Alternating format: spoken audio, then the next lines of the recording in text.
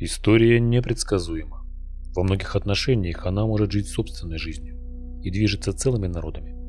Но иногда одного человека хватает, чтобы починить историю своей воли. Одним из таких людей был Александр Македонский. Благодаря своей убежденности, дальновидности, умственной ловкости, красноречию и превосходной физической выносливости, он смог сформировать судьбу для себя и для земель, которые завоевал. Все мы знаем, что он великий Александр, в 25 лет покоривший Азию, разбивший сильнейшую державу планеты и распространивший греческий мир на половину континента. Да, можно говорить о том, что фундамент его побед создал его отец Филипп, что Александр своим яростным характером заложил бомбу под свое детище, не продержавшееся и века. Но все это нюансы. А вот то, почему он стал великим при жизни, связано не только с его победами, но и с личными качествами лидера. Еще с юных лет Александр проявил зрелость, не характерную для юности. Его способность концептуализировать, предвидеть и рисковать была очевидна в его многочисленных победах. Александр сохранял замечательную выдержку и демонстрировал лидерство, когда все висело на волоске. Его соратники замечали незаурядные способности с детства, равно как и ревностное желание быть во всем первым, доходившее до фанатизма. Александр не видел преград и легко пренебрегал даже собственной жизнью, если была необходимость. Например, когда он получил одну стрелу в грудь, другую в ногу, он вырвал их из тела. Раны только побудили его бороться еще сильнее. Сравните это с египетскими или персидскими царями, восседавшими в кольце охраны в комфорте и неге, подальше от опасностей. Битва Александра при Гранике была самым важным военным событием в его жизни. Почему Граник может быть более значительным, чем, например, осада Тира или монументальная битва при Гавгамелах? В то время Александр был молодым, 22-летним вождем, юнец, без опыта и с непомерными амбициями. Проиграя он там, никто бы не вспомнил, а побед бы и не было. Причем для поражения были все шансы. Что касается врага, Александр столкнулся с превосходящими силами персов во главе с опытным военачальником Мемноном Родосским и целой династией греческих наемников, служивших персам. Правда, Мемнон настоял на сражении в другом месте, и за это был негласно понижен и поставлен в подчинение сатрапу Арсиду. За это спесивый перс пострадал. Не желая следовать советам Мемнона об отступлении, а о тактике выжженной земли, он предпочел дать бой и, проиграв, покончил с собой. Помимо отсутствия опыта и еще сомнительных лидерских качеств, армия Александра еще до того, как встретила персов в битве, была уже в невыгодном положении. Персы тщательно обследовали местность и искали возвышенность на восточном берегу реки Граник. Сражаться с превосходящей персидской армией под командованием способного генерала было бы сложной задачей.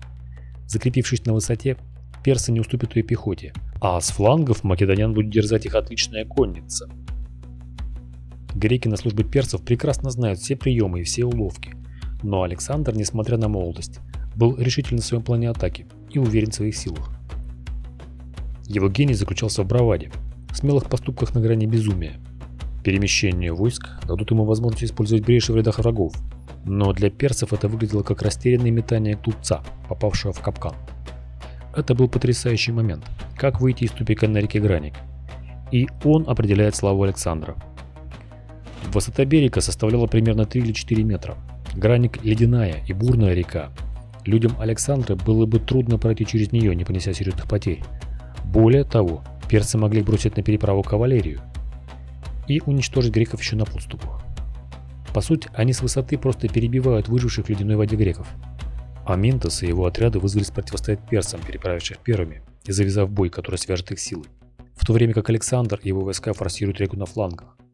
Аминтос дал Александру возможность и время провести в бой кавалерию лучших воинов, по сути принеся в жертву своих для победы Александра.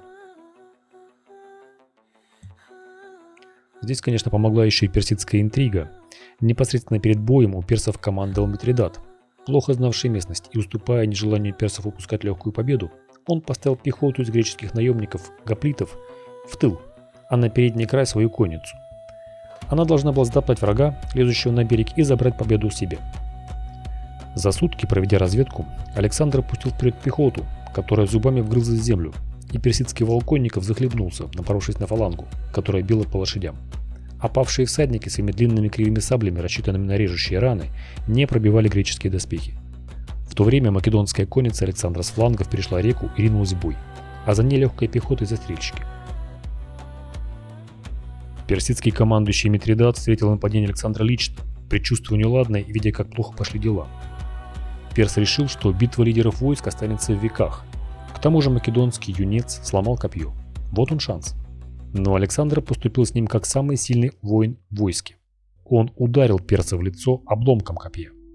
Александр его убил на глазах своих людей. Элитные всадники персов, Рассак и Перидат, братья убитые Митридата, преследовали Александра, чтобы раз и навсегда с ним покончить. Но он быстро отреагировал, атаковал Рассака и ударил его, но тот нанес македонскому царю потенциально смертельный удар.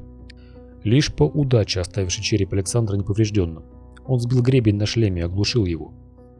Потерявший ориентацию Александр изо всех сил пытался вернуться к своим людям и при этом не обращал внимания на Спиридата, бегущего за ним. Царя спас Клит, вовремя успевший догнать и разрубить пополам перса. Не без труда, но юный Александр не только победил войско, но и лично убил 3 персидских военачальников. Это была важнейшая победа не потому, что Александр превосходил числом 2 к 1, а потому что это была битва, которая доказала способности как полководца. Греки не верили в такое счастье и благоволение богов, а персы начинали думать, что Фарн, божественная благодать, покинула их царство по грехам, и далее будет только хуже. О подвиге было отлито 25 бронзовых статуй, заказанных Александром Лисипу в качестве великих памятников храбрым македонцам. Также он отправил обратно в Афины 3000 доспехов с надписью «Александр, сын Филиппа и царь всех греков», кроме спартанцев, от варваров, живущих в Азии.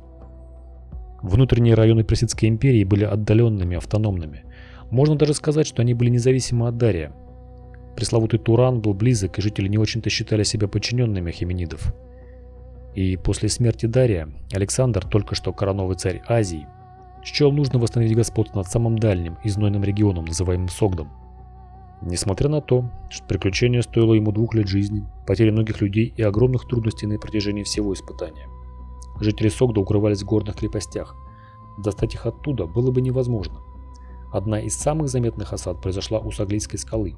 Здесь его людей персы, смеясь, посоветовали научиться летать, прежде чем местные князья подчинятся.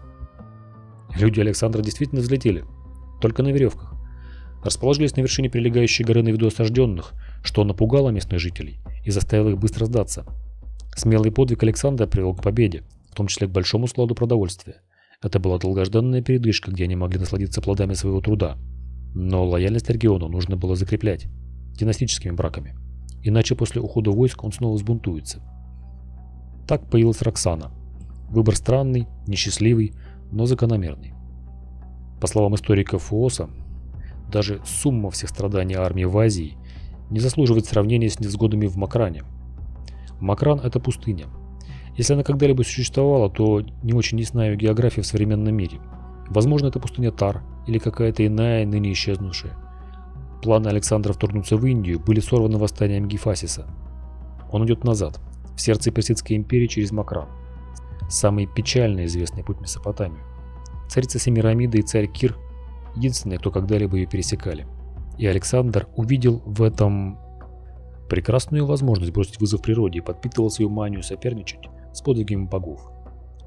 Еще в Пенджабе Александр собрал флот, который будет сопровождать его по морю, пока он и его армия путешествуют по суше. Он был уверен, что он сын бога и считал возможным любой подвиг для себя. Но тут он едва не просчитался. Пересечение пустыни пешком было гибельным шагом для войск и даже для самого царя, страдавшего от раны и легкого, получившего в Индии.